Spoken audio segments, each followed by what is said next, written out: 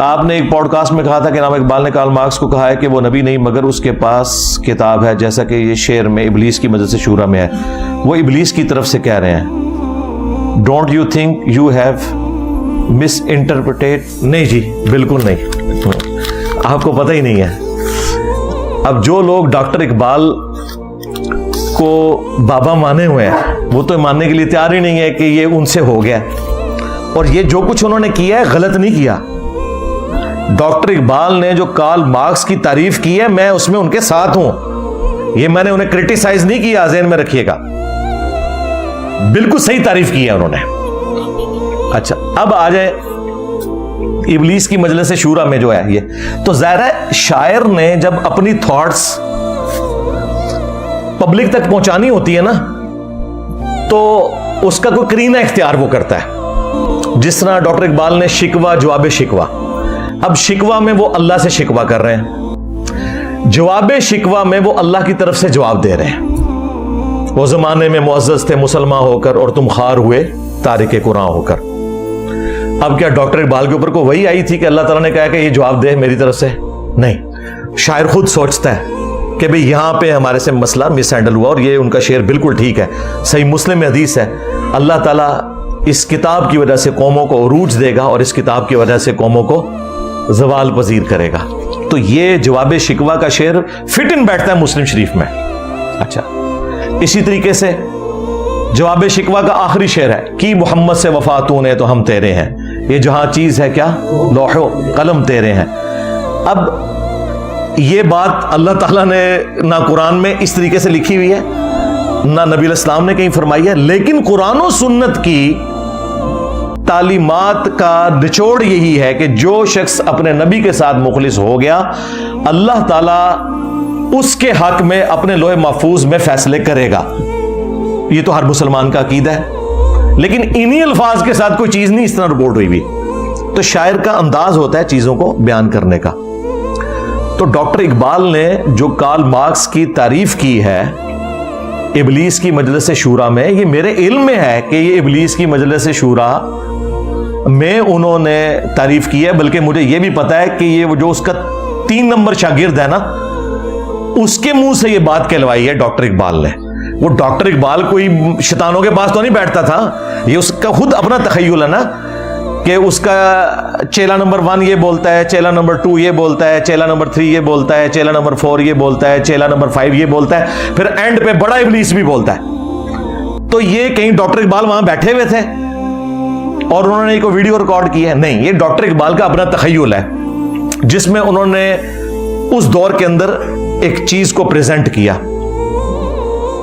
تو میں نے جو وہ کیسر راجہ بھائی کے ساتھ پوڈ کاسٹ تھی اس میں یہ ڈاکٹر اقبال کے حوالے سے کلیئر کیا تھا کہ آپ انہیں مذہبی شخصیت بنا کے پیش نہ کریں خدا کے لیے. وہ مذہبی شخصیت نہیں ہے، وہ ایک تھنکر ہیں، فلاسفر ہیں، اچھے شاعر ہیں، مذہبی پیشوا نہیں ہے. میں ان کی ذاتی زندگی کی طرف جانا ہی نہیں چاہتا، ورنہ پھر کئی ایک ایسی باتیں ہوں گی کہ کسی کے دل میں میل آ جائے گا. ٹھیک ہے، ہمیں پتہ ہے کہ وہ کتنے پریکٹسنگ مسلمان تھے، یہ ہمیں بڑے اچھے طریقے سے پتہ ہے. الٹا حالت یہ ہے کہ پوری پاکستانی قوم صرف داڑھی اس لیے نہیں رکھتی ہے کہ اقبال عاشق رسول سی ہوتی داڑھی نہیں سی. اندازہ کرو، یعنی دین کا تعلق اقبال کے ساتھ ہے یا اس شخص کے ساتھ ہے جس کی قبر مدینے میں صلی اللہ علیہ وآلہ وسلم. کسی شخص کا نبی علیہ السلام کے لیے تعریفی کلمات بول دینا یہ اس چیز کا متقاضی کہاں سے ہو گیا کہ آپ نے اس کی تعلیمات کے پیچھے چلنا ہے؟ نبی علیہ السلام کی شان میں تو غیر مسلموں نے بھی بکس لکھی ہیں، شاعری کی ہے. تو یہ تو نہیں کہ آپ نے ان کو فالو کرنا ہے، بلکہ آپ اچھی بات ان کی طرف سے ایک کوٹ کرتے ہیں کہ جی انہوں نے بھی تعریف کی. تو ڈاکٹر اقبال ایکسٹراڈنری پرسنالٹی تھے، مذہبی پیشوا نہیں تھے. یہ لادہ بات ہے کہ ان کے نام کے ساتھ علامہ اقبال لکھا جاتا ہے. میں مولویوں سے پوچھتا ہوں تم لوگ انجینئر صاحب سے تو ڈگری مانگتے ہو، ڈاکٹر اقبال کے پاس کون سی مدرسے کی ڈگری ہے؟ اسے تو آپ علامہ اقبال کہتے ہو. یہ میں پھکی کے طور پہ کہہ رہا ہوں، میں تو انہیں علامہ سے بھی بڑی چیز مانتا ہوں جو ان کی کنٹریبیوشن ہے. لیکن پھر یہ آپ کو کیا بتائیں گے؟ نہیں جی اچھی بات جس کی بھی ہے لے لینی چاہیے. ہاں یہی تو بات ہم آپ کو سمجھا رہے تھے نا، ڈگریوں کو بعد میں دیکھیں. علامہ اقبال بھائی کسی مدرسے کی ڈگری ہے، وہ ڈاکٹر اقبال ہیں، ڈاکٹریٹ انہوں نے کی ہے. گوروں سے علم حاصل کیا ہے. اجمیر شریف سے, بغداد شریف سے انہوں نے کوئی علم حاصل نہیں کیا, اور وہ اس بڑے لیول پہ جو پہنچے ہیں وہ مسلمانوں کے معاشرے کی آؤٹ پٹ نہیں تھے, یہ ذہن میں رکھیے گا. ڈاکٹر اقبال کا اگر ایکسپوئر یورپ کے ساتھ نہ ہوتا تو اتنی بڑی پرسنالٹی وہ کبھی بھی نہ بنتے. اس زمانے میں جرمنی تو ایک سمجھ لے ایک گڑھ تھا, اس اعتبار سے کہ بڑے بڑے فلاسفرز وہاں پہ پیدا ہوئے, اور ظاہر ہے وہ ان کی بکس بھی پڑھتے تھے, پھر انہوں نے ڈاکٹریٹ بھی کی, ان کے ٹیچرز میں بھی بڑے بڑے کوالیفائڈ لوگ تھے, اور انہوں نے ان چیزوں کو پھر امپلیمنٹ کیا اور بڑے اچھے انداز میں. جس طرح آپ دیکھیں میری تعلیم تو ساری میکینیکل انجینئرنگ کی ہے, اسلام تو میرا شوق تھا الحمدللہ. میں نے تمام علماء کی کتابیں پڑھی, تمام فرقوں کے علماء کو سنا, پھر کاؤنٹر ویریفائی کیا بکس کے ساتھ, اور پھر میں نے ایک آپٹیمل سولوشن پبلک کے سامنے رکھا. تو آج بڑے بڑے علماء بھی فیل ہیں, کہتے ہیں انجینئر کہاں سے چیزیں نکالتا ہے. بھئی وہاں سے نکالتا ہے جہاں سے آپ کو نکال کے بتانی چاہیے تھی, جو لوگ تنخواہیں کھا رہے تھے اس چیز کی.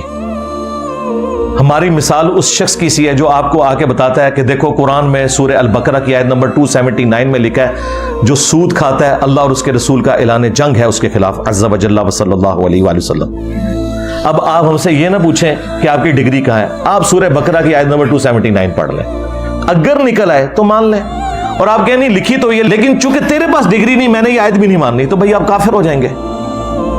اور پھر ڈگری کی اوقات یہ ہے کہ بریلویوں کی ڈگری دیوبندی نہیں مانتے.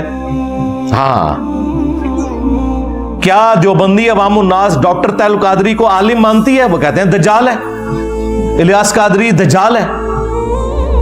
تمہارا جاہل بھی دوسرے فرقے کے عالم کو کہتا ہے گمراہ, یعنی اس کا مطلب ہے تمہارا جاہل بھی اتنا بڑا عالم ہے کہ دوسرے فرقے کے عالم کو بھی گمراہ سمجھتا ہے. اے ٹوٹل تہاڈی کتے دی بھی اوقات تہاڈی ڈگری دی نیچے بچ دی. جو ڈگری دی گل کرے نا کوئی دیوبندی تو ان کو ہاں اس لیے میں ڈاکٹر طاہر القادری صاحب کو فالو کرتا ہوں, تو سیدھے ہی دیکھو الٹی کرے گا اس ٹائم, کہے گا وہ تو گمراہ ہے. اور اگر کوئی بریلوی بات کر رہا ہوں نا ڈگری کی تو آپ کے میں اس لیے طارق جمیل صاحب کو فالو کرتا ہوں, کہے گا وہ تو ہی گمراہ ہے. ٹوٹل اوقات جی انہوں نے ڈگری دی. اور ہماری ڈگری کیا ہے قرآن میں, کنتم خیر امۃ اخرجت للناس تأمرون بالمعروف وتنہون عن المنکر وتؤمنون باللہ. تم پوری امت بہترین امت ہو جو لوگوں کے نفع کے لیے نکالی گئی, نیکی کا حکم دیتے ہو اور برائی سے روکتے ہو. اور اسی چیز کو نبی علیہ السلام نے صحیح بخاری میں بیان کیا, بلغوا عنی ولو آیا, پہنچا دو میری طرف سے خواہ ایک آیت ہی تمہیں آتی ہو. ایک آیت جس کو آتی ہوگی وہ ڈگری والا عالم ہوگا, مجھے بتائیں. بھئی جتنا علم آتا ہے وہ سکھائیں. علم دین حاصل کرنا ہر مسلمان مرد و عورت کے اوپر فرض ہے نا. کہتے ہیں جی وہ دیکھیں جی ڈاکٹر کی ڈگری جس کے پاس ہوگی اسی سے آپ آپریشن کروائیں گے. او بھائی میں آپ کا آپریشن کرنے کے لیے یہاں نہیں بیٹھا ہوا, لہذا بات ہے کہ میں نے آپ کے بزرگوں کے بھی آپریشن کر دیے اللہ کے فضل سے. تو بات یہ ہے کہ ڈاکٹر انجینئر کی مثال دینا اس لیے غلط ہے کہ وہ ہر بندے پہ بننا واجب نہیں ہے, لیکن علم دین ہر بندے کے اوپر واجب ہے, خواہ وہ ڈاکٹر ہے, انجینئر ہے, عالم ہے, جاہل ہے. اتنا علم حاصل کرنا اس کے اوپر واجب ہے جس سے وہ اپنی 24 گھنٹے کی زندگی گزار سکے. میرا تو یہ دعویٰ ہے کہ ہر مسلمان ہی عالم ہے. اگر مسلمان عالم نہیں ہے نا تو وہ مسلمان ہی نہیں ہے. جس کے پاس نماز کا علم ہے وہ نماز کا عالم ہے, جس کے پاس وضو کا علم ہے وضو کا عالم ہے. آپ کہتے ہیں نہیں سارا, اور سارا تو تھوڑے مفتی کو بھی کوئی نہیں. ہاں 1000 سے زیادہ آیات سائنٹیفک فیکٹس کے اوپر ہے, اور تمہارے علماء کو تو سائنس کی علم بھی نہیں آتی ہے. وہاں پہ پھر آپ کہتے ہیں نہیں وہ قرآن میں لکھا ہے فَاسْأَلُوا أَهْلَ الذِّكْرِ إِن كُنتُمْ لَا تَعْلَمُونَ, اگر تمہیں علم نہ ہو تو اہل ذکر سے پوچھو. ایسٹرونومی کی باتیں قرآن میں ایک ایسٹرونومی کی فیلڈ کے بندے سے پوچھیں گے, ایمبریولوجی کی باتیں جو ہیں ایک ایمبریولوجی کی فیلڈ کے بندے سے پوچھیں گے, باٹنی کی باتیں اس فیلڈ کے بندے سے پوچھیں گے. یہی کہتے ہیں نا. تو بھائی اسی طریقے سے علماء نے بھی صرف نکاح طلاق اس طرح کے مسائل بتانے ہیں, باقی پورے قرآن اور حدیث کے عالم تو علماء بھی نہیں ہیں. تو کیا ہم نے کبھی کہا یہ علماء جاہل ہیں؟ وہ تو ان کی حرکتوں کی وجہ سے کہتے ہیں نا, یعنی چشتی رسول اللہ, اشرف رسول اللہ علیہ مسلج کہتے ہیں نا سی. ادروائز تو ہم مفتی کہہ کے پکارتے ہیں نا, مولانا تقی عثمانی کہتے ہیں نا, مولانا جو ہے وہ اشرف تھانوی صاحب کہتے ہیں نا, اعلیٰ حضرت میں کہہ رہا ہوتا ہوں احمد بریلوی صاحب, مفتی منیب الرحمان صاحب, تو رسپیکٹ سے نام لے رہے ہوتے ہیں نا. تو اگر آپ کے ہر چیز کے علم تو ان کے پاس بھی نہیں ہے. تو اس طریقے سے کوئی ڈگری والے معاملات کو لے کے چلنا, تو ڈاکٹر اقبال سے بات شروع ہوئی تھی. تو ڈاکٹر اقبال اگر کوئی بات قرآن و سنت کے مطابق کریں وہ آپ ضرور لے لیں, ڈاکٹر اقبال تو بڑی پرسنالٹی ہیں. صحیح بخاری میں حدیث ہے, شیطان نے انسانی شکل میں آ کے آیت الکرسی کا وظیفہ دیا تھا. نبی علیہ السلام نے فرمایا اے ابو ہریرہ 3 راتوں سے جو تیرے پاس آ رہا ہے نا وہ شیطان ہے. لیکن بات اس نے سچی کی ہے کہ جو رات کو آیت الکرسی پڑھ کے سو جائے صبح تک ایک اللہ تعالیٰ فرشتہ اس پہ مامور کر دیتا ہے جو اس کی حفاظت کرتا ہے. تو ہمیں تو اسلام نے یہ کہا کہ شیطان کی بھی سچی بات کی تصدیق کرنی ہے.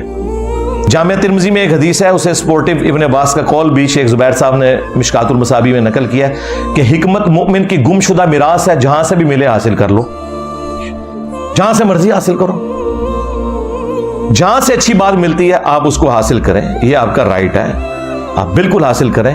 لیکن آپ یہ قدغن اگر لگائیں گے فلاں کی بات سننی ہے فلاں کی نہیں سننی, تو یہ پھر اس کا کوئی اینڈ نہیں, کیونکہ دوسرے بھی آپ کے بارے میں یہی سمجھتے ہیں کہ آپ کی بات نہیں سننی چاہیے.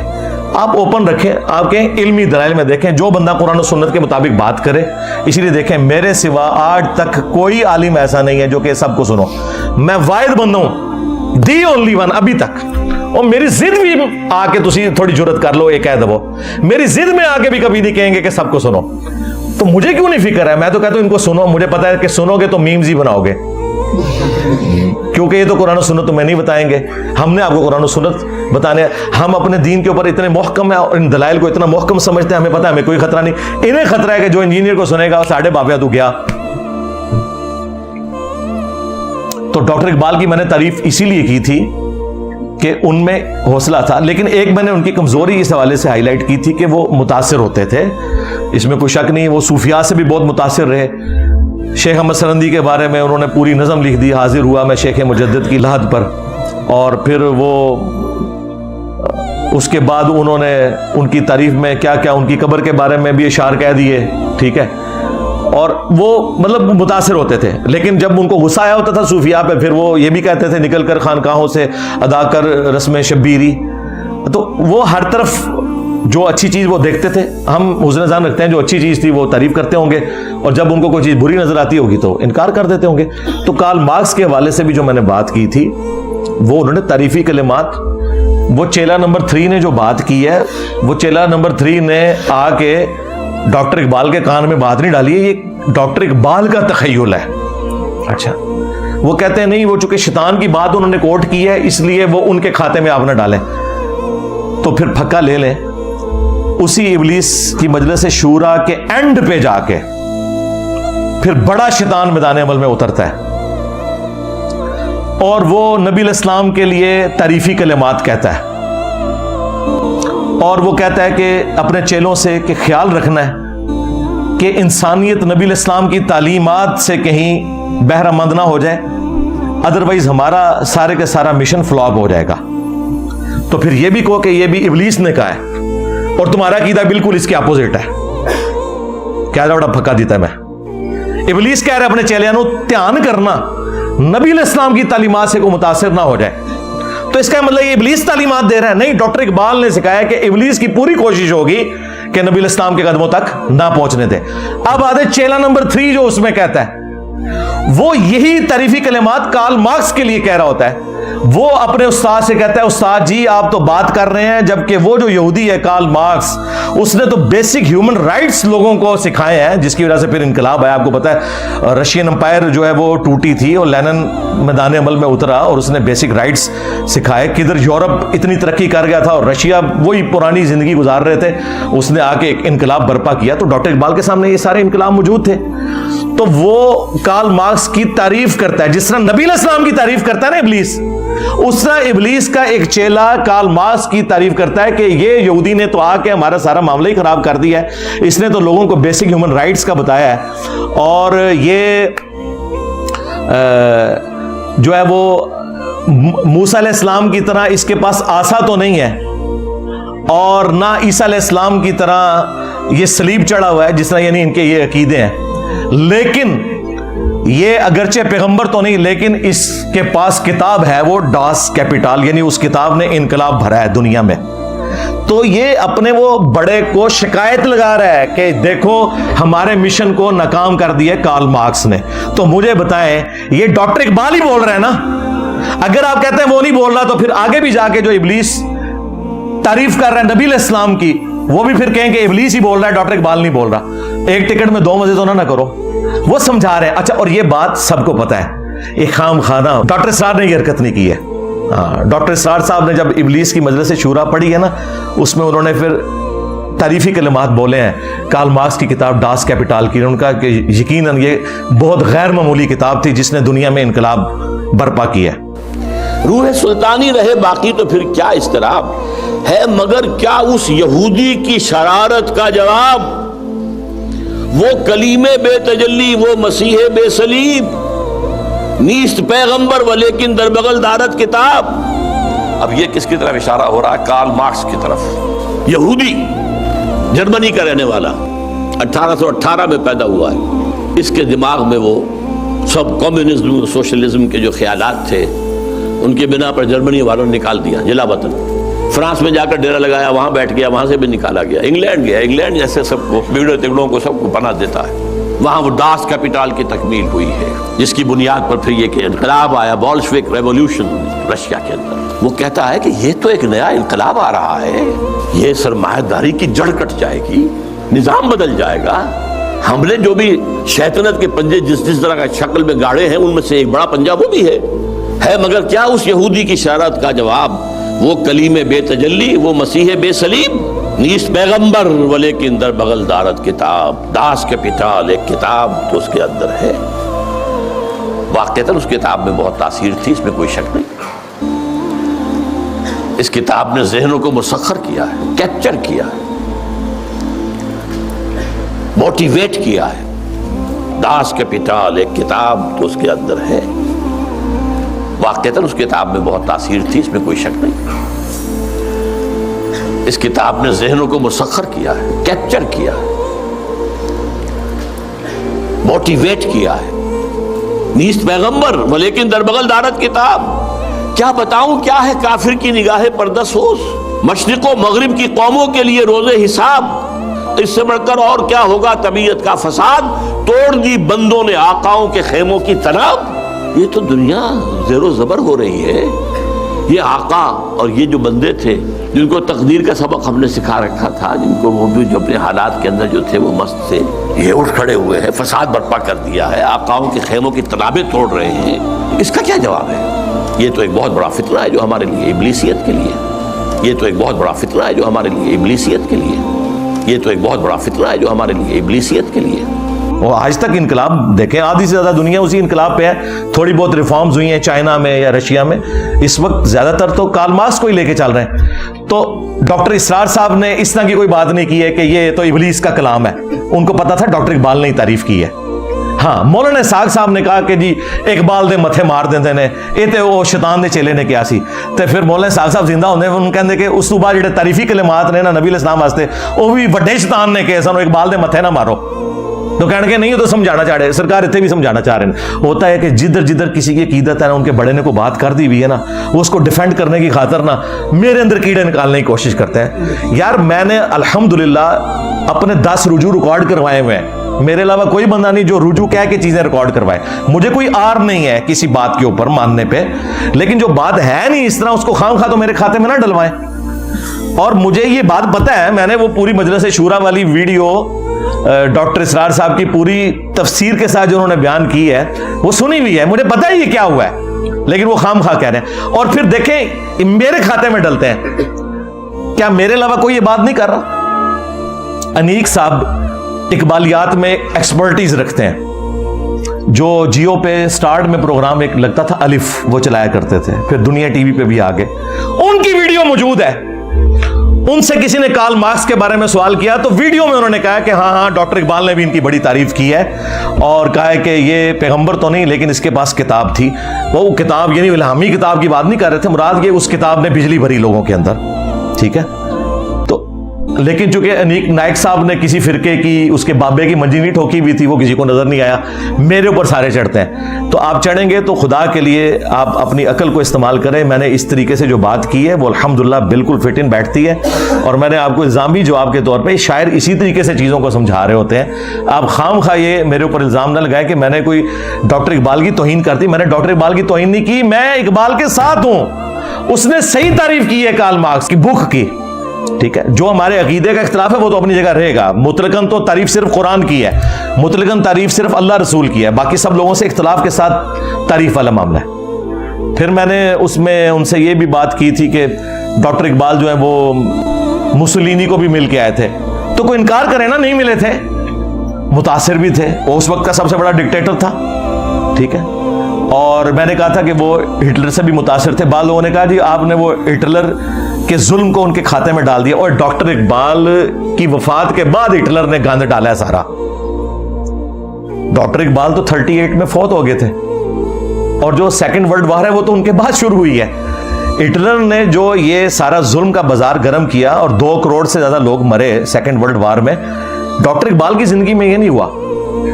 وہ متاثر تھے, اس نے جو کتاب لکھی تھی اپنی, اس میں اس نے ڈیموکریسی کے خلاف لکھا تھا, چونکہ وہ ڈکٹیٹر تھا.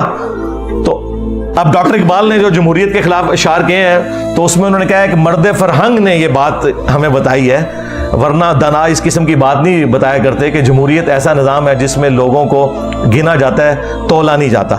تو میں نے کہا تھا کہ ڈاکٹر اقبال ہٹلر سے متاثر ہے.